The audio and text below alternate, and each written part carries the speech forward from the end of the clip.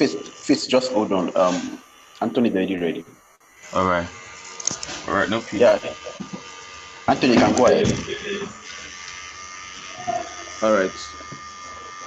Good morning, everyone. My name is Oluyele Sunday Anthony, and this morning I'm here to talk about machine learning trends for solving business intelligence problems.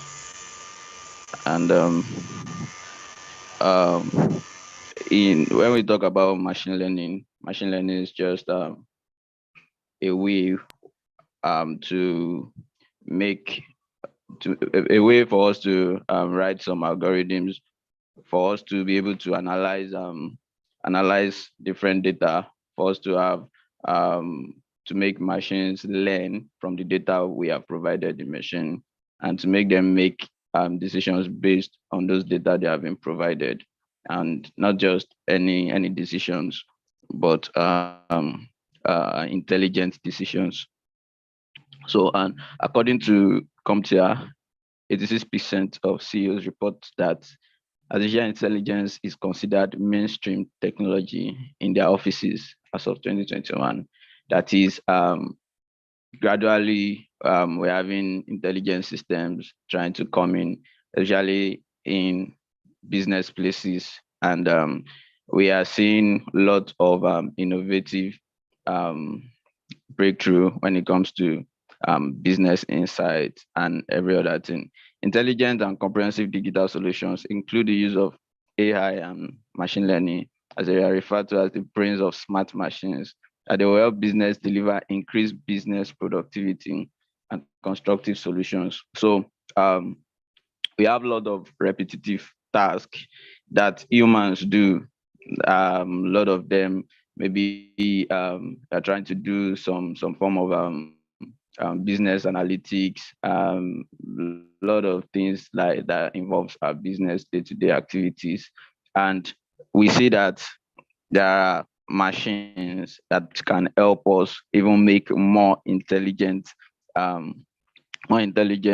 solutions and come up with a lot of more productive solutions for this business. And that is why we're having this presentation this morning. So we have trends that are now commonly used in business places, whereby a lot of businesses are now making use of to drive their growth, to drive more productive solutions, to make sure things are working more better in their workplace. And the first trend I'm going to talk about is AutoML, or you call it automated machine learning.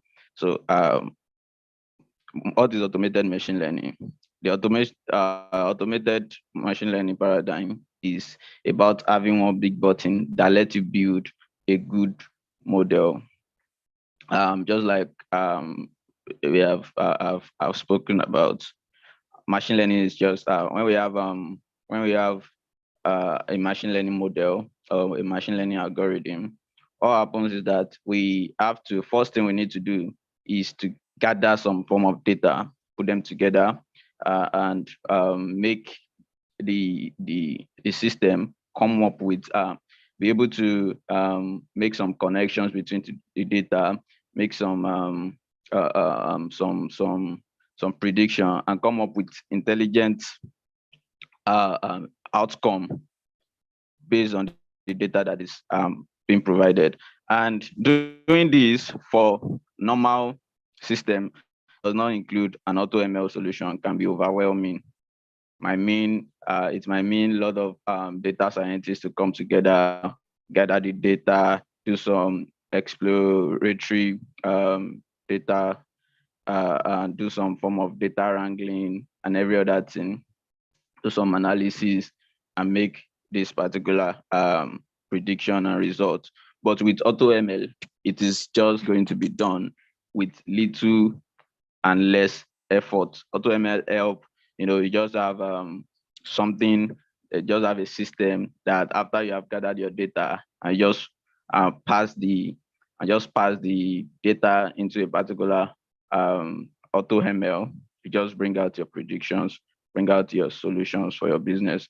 And AutoML is often positioned as a tool aimed at business representatives who do not have technical expertise. As a result, data science problems can be solved by someone without special technical education. So far you have the knowledge of how to gather your data, you know that, okay, I need to make a model that will be able to predict if this is a shoe, if it's an handbag, or this is a cap. Then you just pass it through your AutoML solution.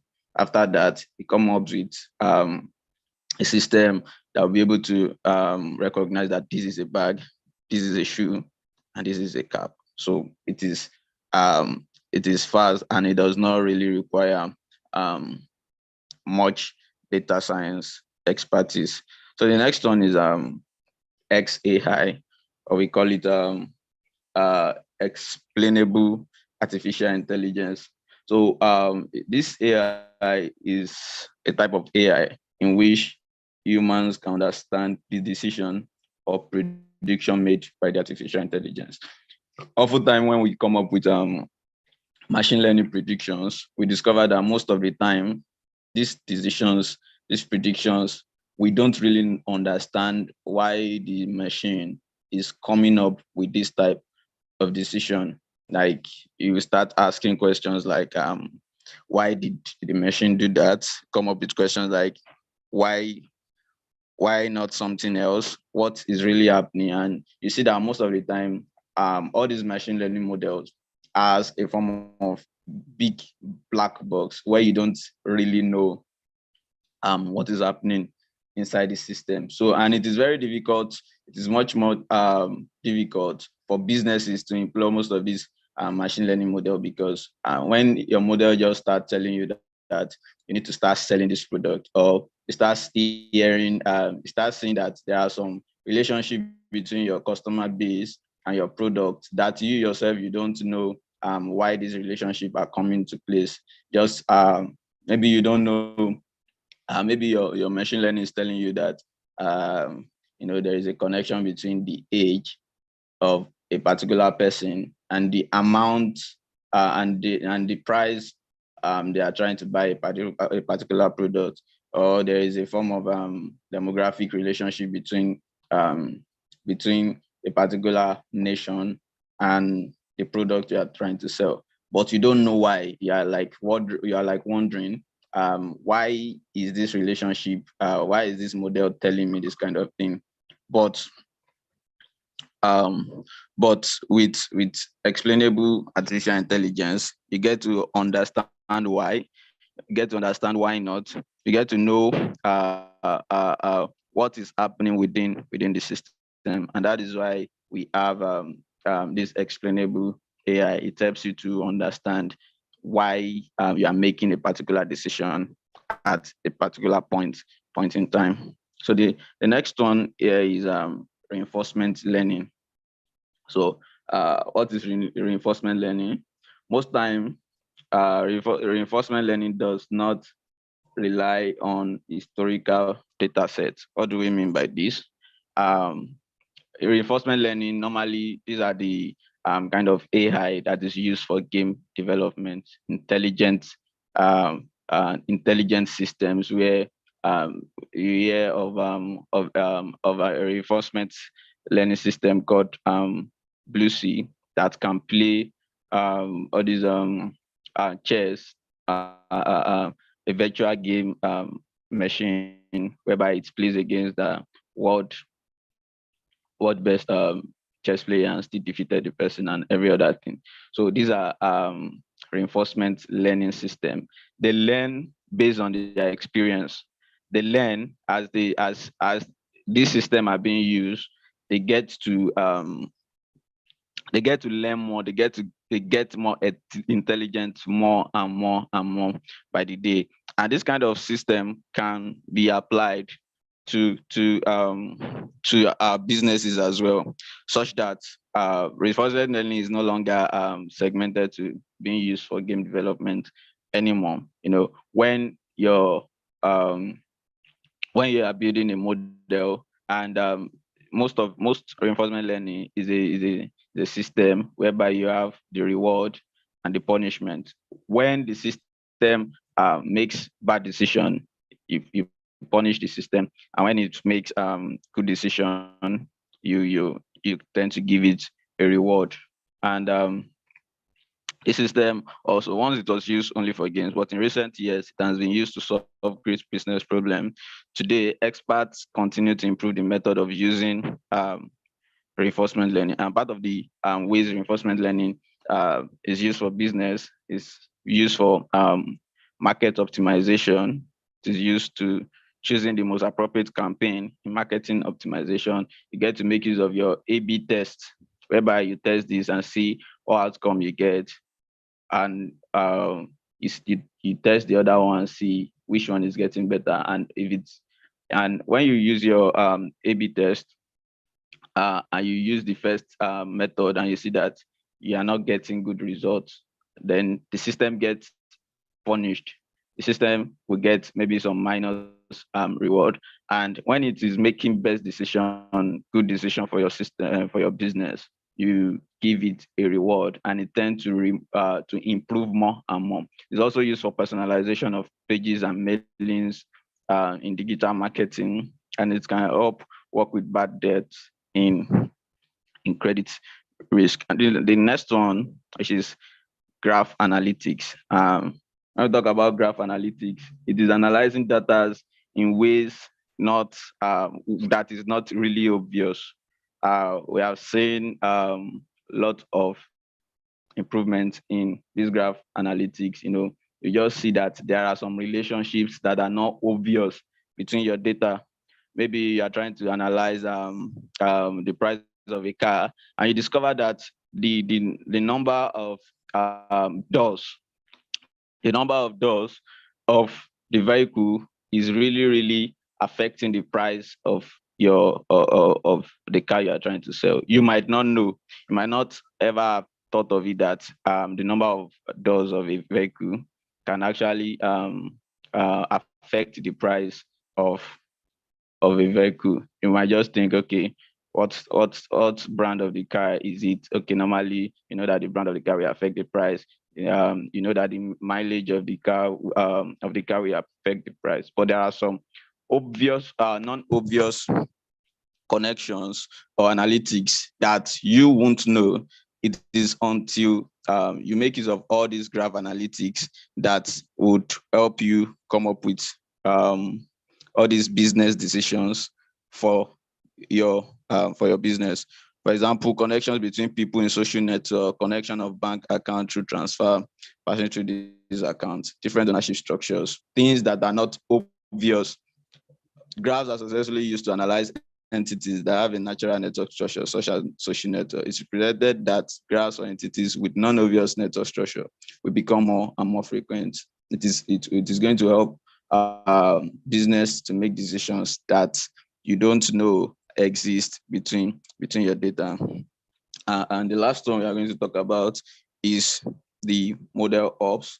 Some call it ML ops, and it is like a fuse between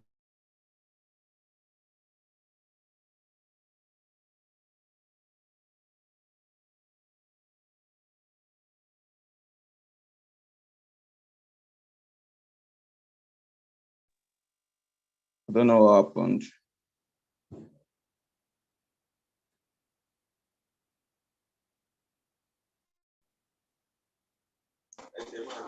Yeah, I also got disconnected. I don't know what happened, but you can try connecting back. All right.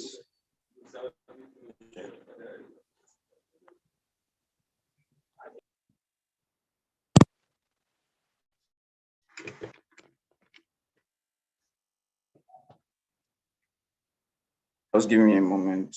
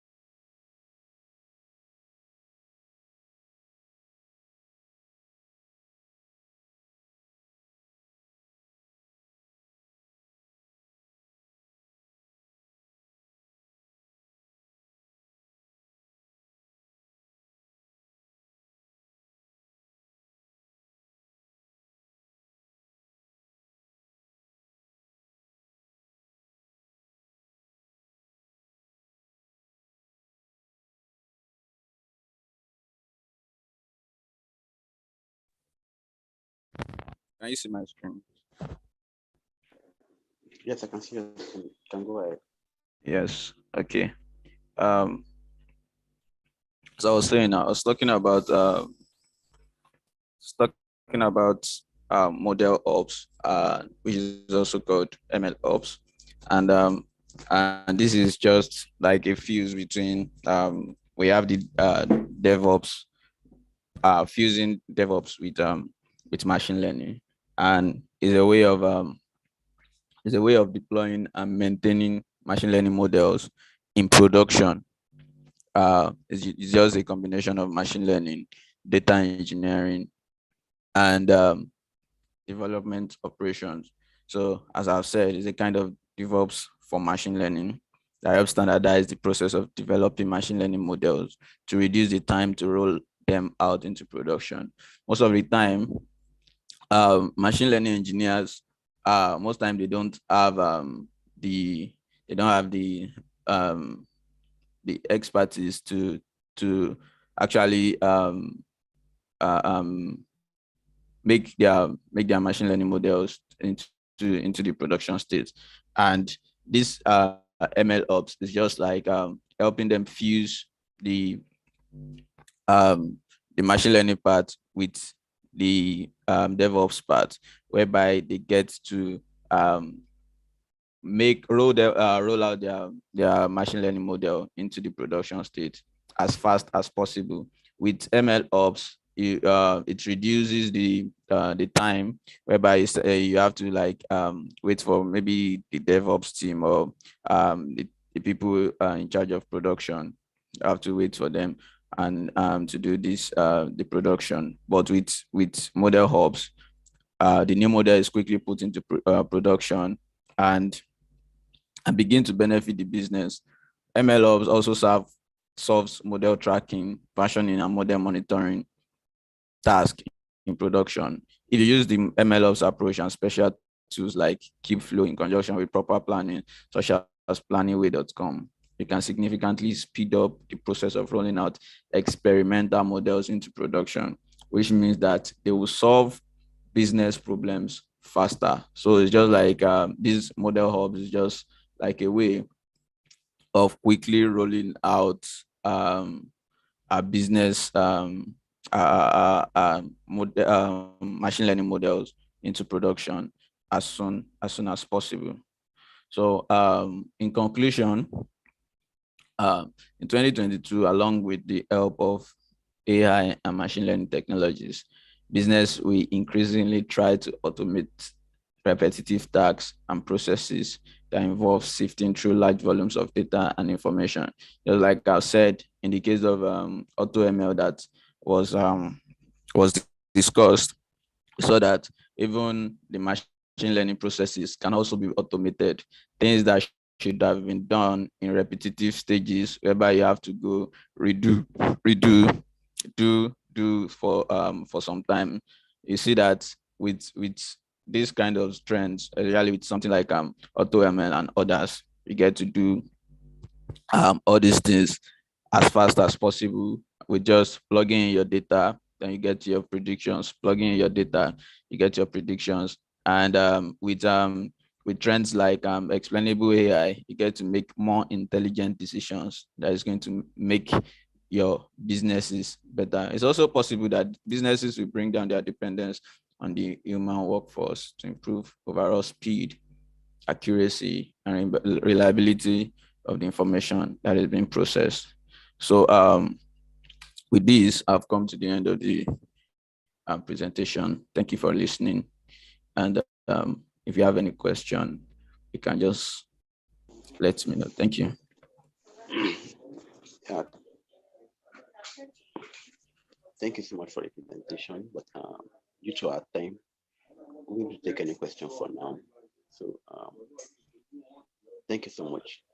While we proceed to the second speaker,